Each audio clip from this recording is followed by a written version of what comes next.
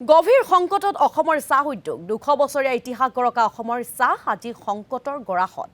বিদেশৰ পৰা আমদানিকৃত সস্তীয়া চাহ আৰু টি বোৰ্ডে জাপি দিয়া নতুন নিৰ্দেশনাই মৃত্যু মুখলৈ ঠেলি দিছে অসমৰ চাহ উদ্যোগক হুৰাহুৰে কমিছে কেঁচা চাহপাতৰ দাম প্ৰতি কেজি কেঁচা চাহপাতৰ দাম ৪০ টকাৰ পৰা কমি আহি পালেগৈ ১১ টকা কেঁচা চাহপাতৰ মূল্য হ্ৰাস হোৱাৰ বাবে এতিয়া মূৰে কপালে হাত দিবলগীয়া পৰিৱেশৰ সৃষ্টি হৈছে ক্ষুদ্ৰ চাহ খেতিয়কসকলে যেহেতু ক্ষুদ্ৰ চাহ খেতিয়কসকলৰ মাজত উপস্থিত হৈছিল আমাৰ সাংবাদিক খাদেমুল হুছেইন আমি খাদেমুল হুছেইনৰ জৰিয়তে তেওঁলোকৰ কিছু প্ৰতিক্ৰিয়া শুনিব বিচাৰিছো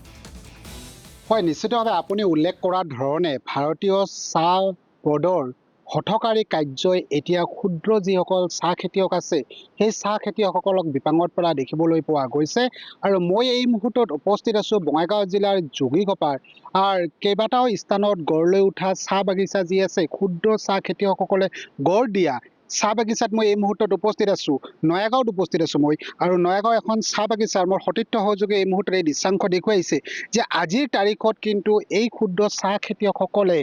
প্ৰতি কিলোগ্ৰাম কেঁচা চাহপাত বিক্ৰী কৰিবলগীয়া হৈছে মাত্ৰ ১৫ টকাত বিক্ৰী কৰিবলগীয়া হৈছে যি সময়ত কিন্তু এটা কথা উল্লেখ কৰিব লাগিব কেঁচা শাক পাচলি যি আছে সেই শাক পাচলিৰ দামতকৈও কিন্তু কম দামত বিক্ৰী কৰিবলগীয়া হৈছে এই অসমৰে অতি মূল্যৱান চাহ যি চাহ লৈ কিন্তু অসমৰ চাহ লৈ বিশ্বত কিন্তু গৌৰৱান্বিত কৰে সেই চাহ কিন্তু আজিৰ তাৰিখত চাহ ক্ষুদ্ৰ যি চাহ খেতিয়ক আছে সেই চাহ খেতিয়কসকলে মাত্ৰ ১৫ টকাত প্ৰতি কিলোগ্ৰাম বিক্ৰী কৰিবলগীয়া হৈছে এই মুহূৰ্তত এটা কথা উল্লেখ কৰিব লাগিব যে সামগ্ৰিকভাৱে ভাৰতৰ যিবোৰ চাহ ফেক্টৰী আছে সেই চাহ ফেক্টৰীবোৰত কিন্তু কেনিয়াৰ পৰা এই মুহূৰ্তত চাহ যিহেতু আমদানি কৰি আছে যাৰ ফলত কিন্তু এতিয়া অসমৰ চাহপাতৰ মূল্য প্ৰতিদিনাখনে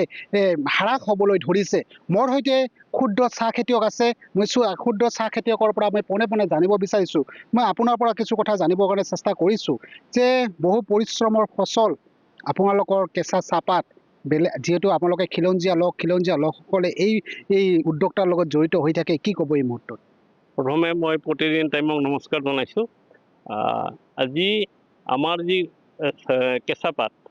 ক্ষুদ্ৰ চাহ খেতিয়কসকলৰ যি মূল্য পাব লাগিছিল আমি সেই মূল্য পোৱা নাই যিটো পাতৰ মূল্য আমি এটা মানে জুন বা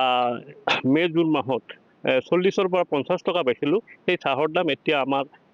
ফেক্টৰীত ২০ টকালৈকে নামি আহিছে গতিকে আমি এই ক্ষেত্ৰত বহু চিন্তান্বিত হৈছোঁ আৰু বিদেশী চাহ কেনিয়া বা নেপালৰ পৰা আমাৰ ইয়াত মানে বহুজাতিক কোম্পানীবিলাকে চাহবিলাক আনি তেওঁলোকৰ বেয়া চাহবিলাক আনি আমাৰ ভাল চাহৰ লগত মিলাই তেওঁলোকে বিদেশত মানে আকৌ সেই চাহটো বিক্ৰী কৰে যাৰ কাৰণে আমাৰ চাহৰ উপযুক্ত আমি মূল্য পাব লগা নহয় গতিকে চৰকাৰক এই ক্ষেত্ৰত আমি দাবী জনাওঁ আৰু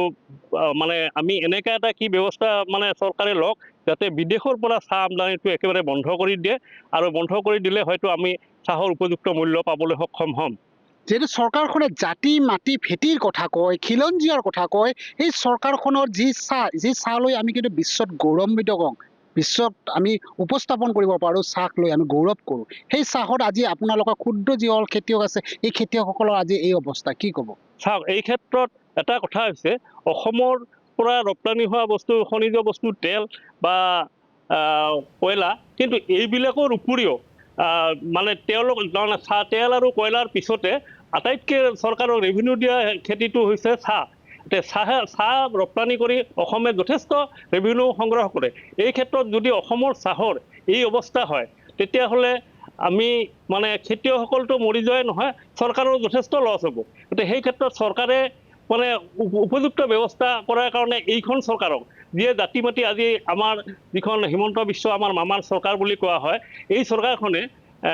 তাত জাতি মাতি ভেটি মুখতহে কয় কাৰ্যত কিন্তু আমি পৰিণত কৰা দেখা নাই গতিকে এয়া আছিল ক্ষুদ্ৰ চাহ খেতিয়ক আপুনিও ইয়াত আছে আপোনাক এই মুহূৰ্তত আমি ধন্যবাদ জ্ঞাপন কৰিছোঁ আমাক কিছু প্ৰতিক্ৰিয়া শুনোৱাৰ বাবে